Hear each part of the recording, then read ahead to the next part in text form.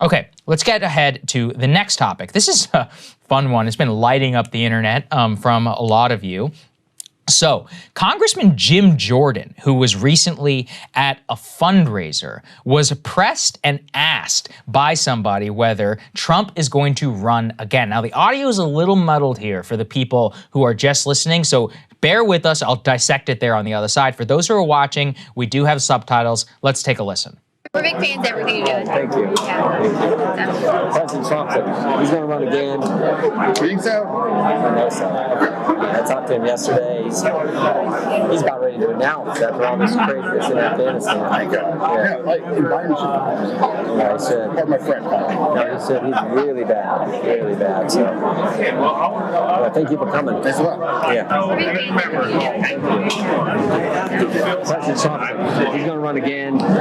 You think so? I know so. Okay. I talked to him yesterday. He's about ready to announce after all this craziness in Afghanistan. Thank God. Yeah, like Biden should. Yeah, he said. Or my friend. He said he's really bad. Really bad. Okay, well, I want to know. Well, thank you for coming. Thanks a lot.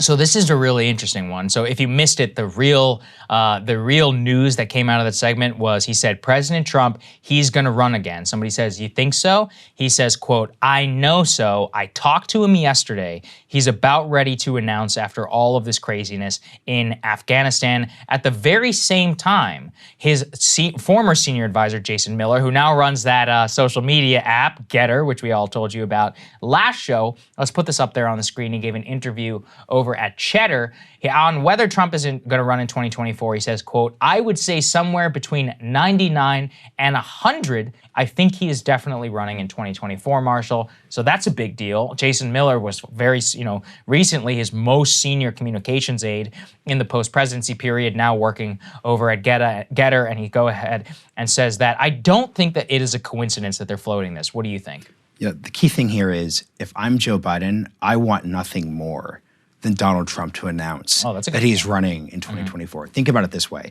There's this pretty common narrative that's going out there in the mainstream media in Washington, D.C., which is that the Biden administration feels really aimless right now. The debacle in Afghanistan, regardless of how you feel about the actual policy, really pushed them off their agenda because their whole narrative was, we are focused on the economy and we're focused on COVID. The scandals, is all this stuff is not what they actually want to deal with. So the one thing that could reunify the really fractious party and base for them right now is Donald Trump coming back into the fore. So the thing that's really fascinating for me here is I definitely think there's a very strong chance Trump will run again, but they are trying to calculate the exact moment to do it. If they go too early, they will reunify Joe Biden and frankly give Joe Biden all he actually needs to keep this back up again. If Joe Biden could spend the next 3 years saying, look, COVID, econ, no more Trump, that's a very good place for him to be in. Frankly, I think if you're Donald Trump, you want to come in 2023 with more issues so that there isn't this organizing principle to put his presidency around. That's right. It also depends on how the midterms go. I mean, I'm generally, and people know this, of the opinion, I think it's going to be a absolutely massive win for the Republicans based on the economy, based on the dissatisfaction numbers, and largely due to the public health maneuvers. I think that people are just absolutely sick of it right now. I did find a fascinating head-to-head matchup on potential 2024 nominees. Now, keep in mind, this is Emerson. It's not the biggest sample size or any of that, but it is still pretty interesting for a lot of Republicans who are going to have to grapple with this. Let's put this on the screen. So we see Biden versus Trump. Trump is up +1. Biden versus Romney. Biden is up 19. Biden versus DeSantis. Biden is up 12. So it's interesting, Marshall, in Washington, some circles, people say, well, DeSantis is great because on the policy, he's Trump, but, he's not as inarticulate and he's not, crazy and he's not whatever your general pejorative is around Trump from pure professionalism perspective. But here's the deal. Trump, it seems, is a far more effective and popular politician than DeSantis. Now, I can already hear what people are saying. He hasn't had a chance to define himself nationally. People don't know him as a candidate. I'm not so sure about that.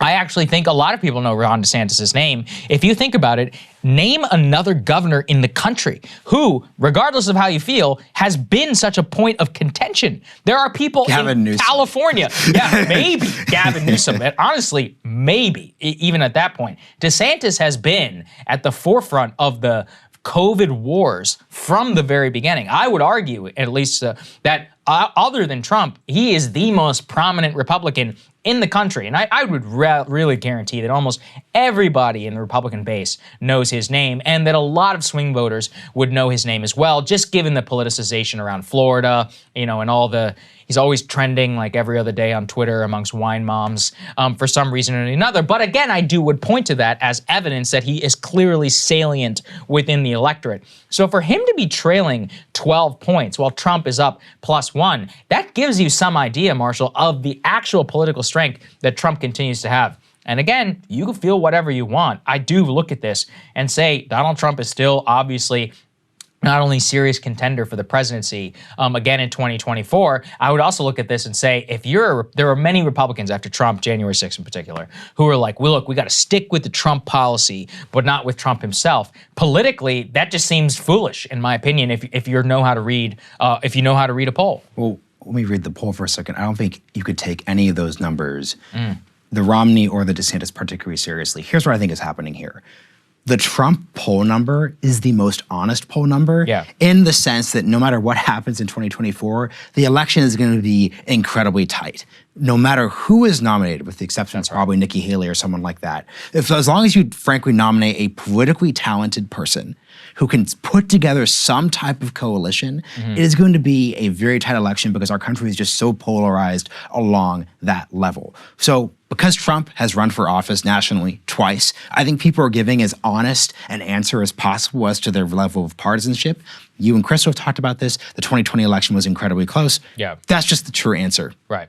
With DeSantis and even Romney, I think in both cases, people are not truly being honest with themselves about their level of partisan identification.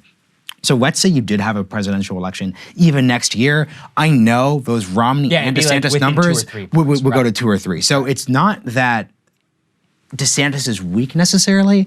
I think it's that at the end of the day, the identification hasn't gotten to where it's actually going to end up. Yeah, I don't know. See, this is interesting though, right? Because with Trump, you're correct, which is that there is partisan clustering. Partisan clustering means that basically it's like vote blue no matter who or vote red no matter what, which is that in both cases, because of how you feel about certain cultural issues, you're just going to vote Republican or you're going to vote Democrat.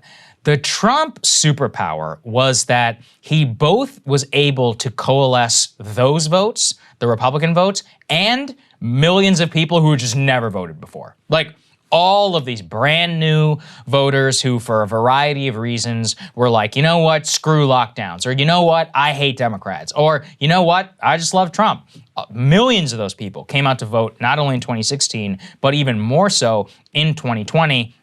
We've told the story a million times. You've got the Latinos of South Texas. You've actually got a lot of inner city minorities, Rhode Island, Providencetown, Boston, Orange County, California, Asian, increases all the way across the board. He increased his vote share amongst every single ethnic group except for white men, where it decreased by around 7 points in the verified exit polls. So obviously a lot to dissect there. Now with DeSantis and more, there's no question that every normal Republican voter is going to come out and vote for DeSantis. The question is, are the people in Laredo or the people in Orange County or the people, all of the millions who did come out to vote and came in the Trump margin of only 45,000 votes losing the presidency, are those people going to come out? That's kind of what I see in that number right there. And the fascinating thing here from this poll, to take the other end of the argument I just made, is basically that how, if you are, because let's put Mitt Romney aside, he is very comfortable. He is very comfortable not running for president again. If you are Ron DeSantis, if you are Kristi Noem of the Dakotas, if you are DeSantis, if you are Rick Scott, senator from Florida, how are you going to interpret every single thing you just said? Right. And what I really would probably just suppose here is that the lesson from this poll is that if you're a Republican and your generic desire is to appoint Supreme Court justices, you want to beat Joe Biden, it actually seems like Donald Trump is actually like a pretty strong actual candidate. Also, frankly, I think if you took Joe Biden, Here's the fascinating poll I would love to look at.